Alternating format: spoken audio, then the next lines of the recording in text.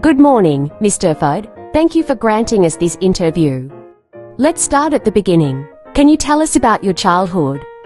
Of course, I was born on July 30th, 1863, on a farm in Michigan. Life on the farm was challenging but rewarding. From a young age, I developed a fascination with machines. When I was 12, my father gave me a watch, and I started dismantling and repairing it, which fueled my passion for mechanics. It was on that farm, surrounded by tools and hard work, that I learned the value of persistence and ingenuity.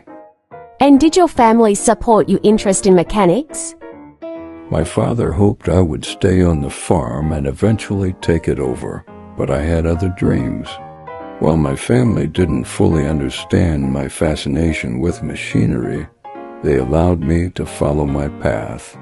I think they realized early on that farming wasn't where my heart was. When did you first decide to leave the farm and pursue mechanics?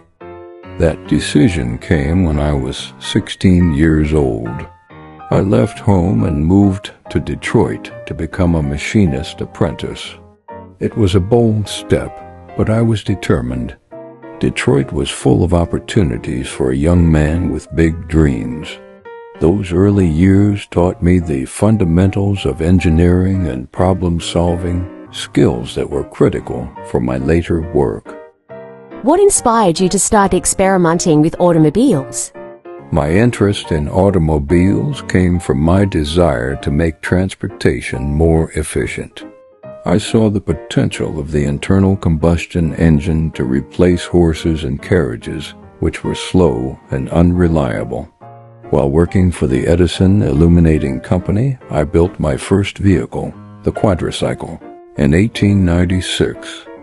It was basic, with 4 bicycle wheels and a simple engine, but it proved that the concept was viable. What challenges did you face in creating your first cars? There were many. In the early days, building a car was an expensive and labor-intensive process. Parts weren't standardized, and skilled labor was costly. Beyond the technical challenges, convincing investors to back the idea was another hurdle. But I believed deeply in what I was doing, and that belief helped me push through the obstacles. The Ford Model T was a game changer. Why was it so successful? The Model T succeeded because it was designed for the common man. Before its launch in 1908, automobiles were luxury items available only to the wealthy. My goal was to create a car that was affordable, reliable, and easy to maintain. By streamlining production and lowering costs, we were able to make the Model T accessible to millions. It gave ordinary families freedom and mobility like never before. The assembly line was one of your greatest innovations. What led you to develop it? The idea came from observing other industries like meat-packing plants, where tasks were broken down into smaller steps. I realized we could apply that concept to automobile manufacturing. The assembly line allowed us to produce cars faster and cheaper. It reduced production time from 12 hours to just 90 minutes. This efficiency meant we could lower the price of the Model T significantly, making it affordable for the average family. How did your employees respond to the introduction of the assembly line? At first, not everyone was enthusiastic. The repetitive nature of the work was challenging for some, but I believed it was necessary for progress. To address this, I introduced higher wages, like the $5 day in 1914, which doubled the daily wage of many workers.